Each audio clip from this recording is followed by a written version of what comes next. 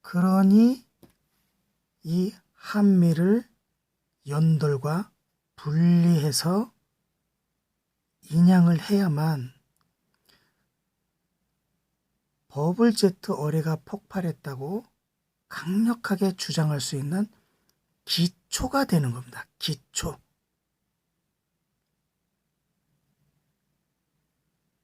예. 자, 다음 이어지는 동영상을 좀 보겠습니다. 이것은 실제 훈련의 모습입니다. 보십니까? 요 갑판이 떨어져 나가는 모습이요. 자, 그런데 갑판은 여기 있고 실제 연돌은 지금 여기 있습니다. 이 연돌이 어떻게 되나 보세요. 이 연돌이 폭발로 인해서 떨어져 나가면서 화염에 이 버블 제트의 버블 물과 버블의 그 폭염에 같이 섞여서 금방 안 보이게 되니까 잘 보세요. 요겁니다. 연돌은 금방 떨어져 나가서 안 보이죠? 다시 한번 보세요. 금방 떨어져 나가서 안 보이죠? 요것은 갑판입니다. 갑판. 갑판이 떨어져 나오는 것이고요. 자, 사람들은 아주 자세하게, 아주 디테일하게 보는데 미숙하니까 연돌이라도 최소한 한미와 떨어뜨려 놔야 된다는 생각으로 국방부는 연돌을 제거한 것이 아니냐 하는 겁니다. 갑판은 지금 떨어져 나오는 게 보이시죠? 갑판이요, 요거. 요 갑판 요거 보이시죠? 요거 지금요. 갑판이 여기 떨어져 나오는 거 보이시죠? 이렇게요. 여기. 갑판 같은 건 사람들이 잘 모른단 말이에요. 그러니까 천안함에는 갑판이 휘어져 있을 뿐 그대로 붙어 있어요. 자, 이것이 천안함의 한미 쪽 갑판입니다. 갑판. 사진 자주 보셨죠? 근데 이게 한미 쪽 갑판인데 갑판이 충격을 받아서 여기가 좀 휘어졌을 뿐 나머지가 바닥이 멀쩡합니다. 어떻게 보면 깨끗합니다. 버블 제트의 충격이 아래에서 위로 이렇게 올라왔으면 이곳은 그 힘에 의해서 폭발의 예에서 봤듯이 한 번에 날라가 없어졌을 겁니다. 겨우 붙어 있는 게 요쪽에 가느다랗게 연결이 되어 있을 뿐 아닙니까? 지금 엄청난 기압의 버블 제트가 여기를 갑판을 친다면 그 맞는 면적이 많기 때문에 요 옆에 연결된 요 나약함으로는 견딜 수가 없습니다. 그냥 한 방에 휙 하고 사라지고 이 위에 있는 연돌 역시 박살이 납니다. 연돌이 이런 모습으로 비교적 온전하게 남아있을 수가 없습니다. 더군다나요, 이 연돌 안에서 승조원 한 명의 시신도 발견했습니다. 버블 제트가요,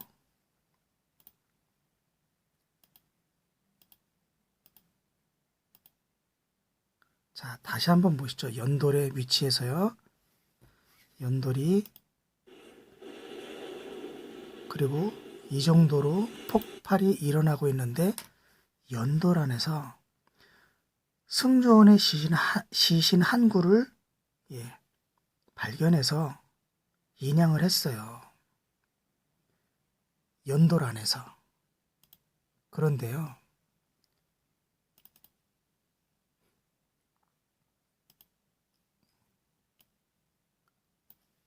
버블 제트 어뢰를 맞았다면 이 안에 있는 시신이 멀쩡할 수 있겠습니까? 그런데 익사입니다. 익사. 별 큰 외상, 신체에 큰 손상이 없는, 큰 손상이 아니라 그다지 작은 손상도 별로 없는 그런 상태로 시신이 이 연돌 안에서 인양이 됐습니다. 버블 제트 어뢰를 맞았는데 신체가 큰 손상이 없다는 겁니다. 그럴 수가 없죠.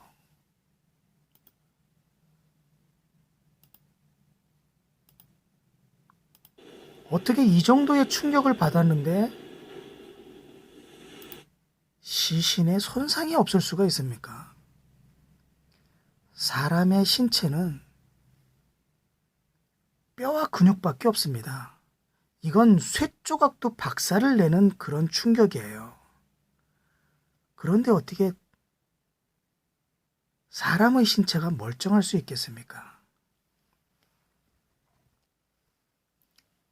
자, 뉴스 하나를 더 보겠습니다. 이 뉴스를 보면요.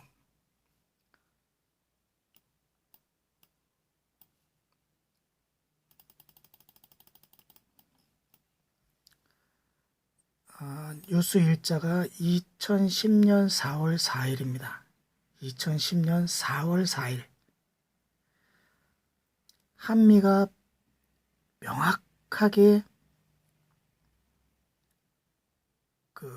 붙어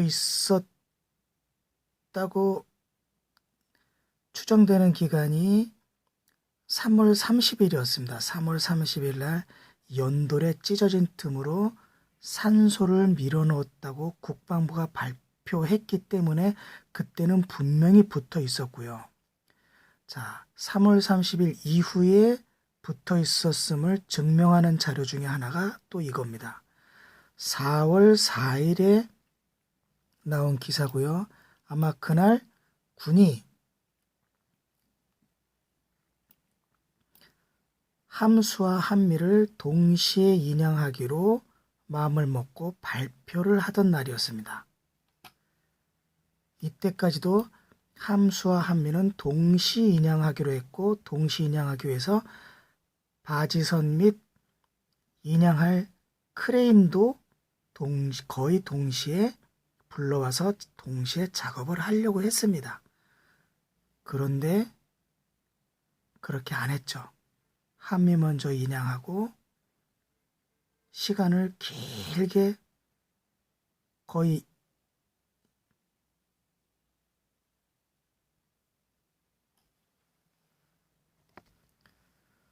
거의 10일이나 지나서 함수를 인양합니다.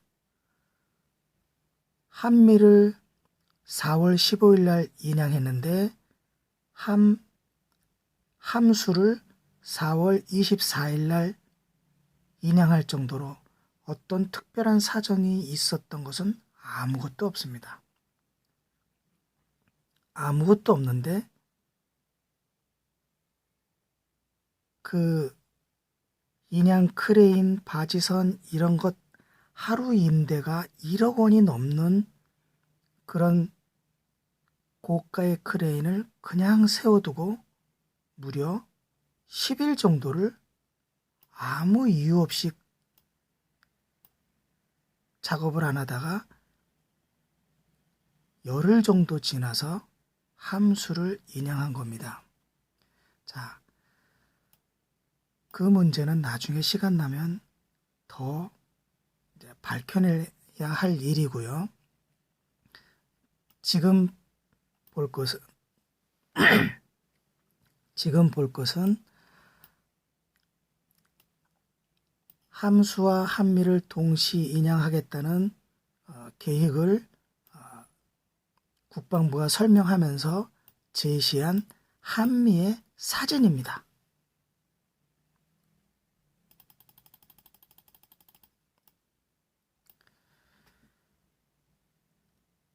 한미의 사진을 4월 4일 날 일반에 공개하는 첫 번째 이 그림입니다. 그림. 이거를 왜 그 전체 사진, 바닷속에서 찍은 그 촬영 상태로 그대로 보여주지 않고 그냥 그림으로 그려서 보여주는지는 저는 모르겠습니다만, 자, 약간 오른쪽으로 기울어져, 약간 왼쪽으로 기울어져 있고, 그 연돌이 붙어 있다는 것. 그리고 거의 거꾸로 처박힌 것도 아니고, 옆으로 완전히 누운 것도 아니고, 사실은 거의 지금 이렇게 기울였지만 거의 똑바로 서 있었다고 그래요. 똑바로. 그리고 뒤가 약간 들려 있는데 이건 완전히 붙어 있는 것처럼 보이죠. 근데 뒤쪽이 좀 들려 있어서 인양할 때는 크레인을 요 뒤쪽에 걸어서 쉽게 올리고, 올린 상태에서 쉽게 크레인을 앞쪽에 걸 수 있었다고 합니다. 어쨌든 중요한 것은 4월 4일에도 연돌이 한미에 붙어 있다는 것을 국방부가 지금 증명하고 있다는 겁니다. 이렇게 붙어 있었습니다. 국방부가 붙어 있다고 지금 설명을 하지 않습니까? 자, 붙어 있었습니다. 확실하죠? 네, 기억해 두시고요. 자, 다른 자료에서도 국방부가 한미 선체를 어떻게 인양할 것인가 라고 설명하는 데에서도 한미는 거의 똑바로 서 있는 것처럼 뻘 위에 안착을 하고 있고, 역시 연돌이 붙어 있습니다. 예, 이렇게 붙어 있어요.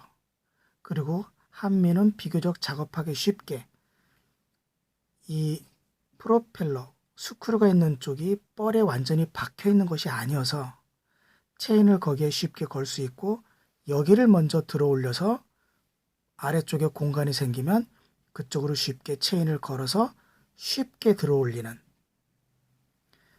인양 업체가 이 일을 그다지 어렵게 보지 않은 그런 한미 인양, 여기 개념도라고 써있죠. 개념도입니다. 자, 중요한 것은 지금 연돌이 붙어 있다는 것입니다. 체인을 걸어 인양을 하기 직전까지도 연돌이 붙어 있었다는 겁니다. 자, 그런데 4월 15일 날, 아마 4월 12일쯤에 먼저 한미가 침몰 장소에서 윗부분이 살짝 드러났었는데요. 4월 12일 날에 연돌이 없이 윗부분이 드러났습니다. 이게 지금 갑판이에요. 갑판 위에 연돌이 붙어 있어야 되는데 연돌이 없어졌습니다. 무슨 일이 생겼을까요? 연돌이 붙어 있었음을 국방부가 저렇게 증명해 놓고 정작 인양할 때는 연돌이 없습니다. 자, 이제 좀 더 색다른 관점으로 들어갈 때입니다. 자, 연돌은 초기에 분명히 한미의 뒤편에 붙어 있었습니다.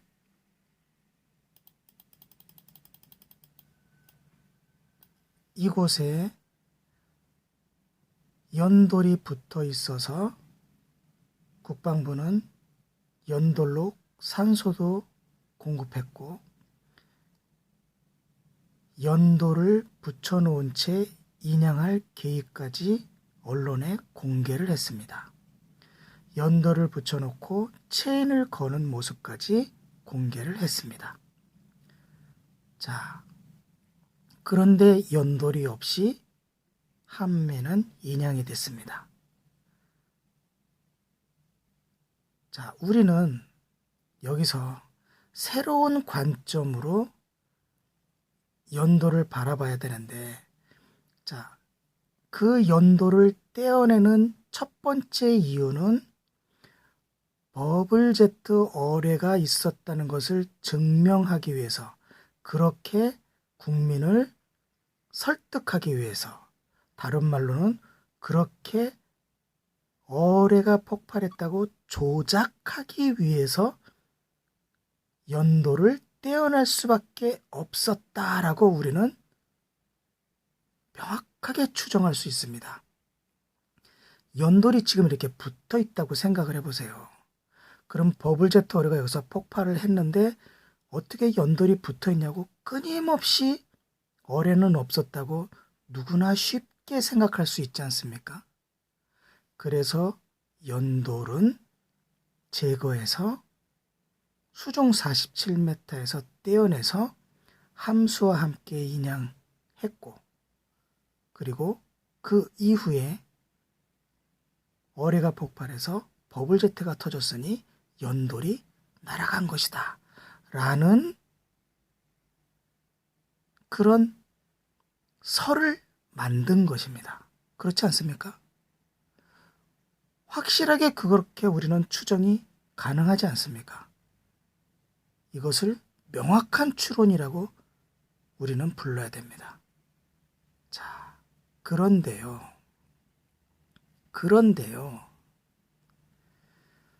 자, 이제부터는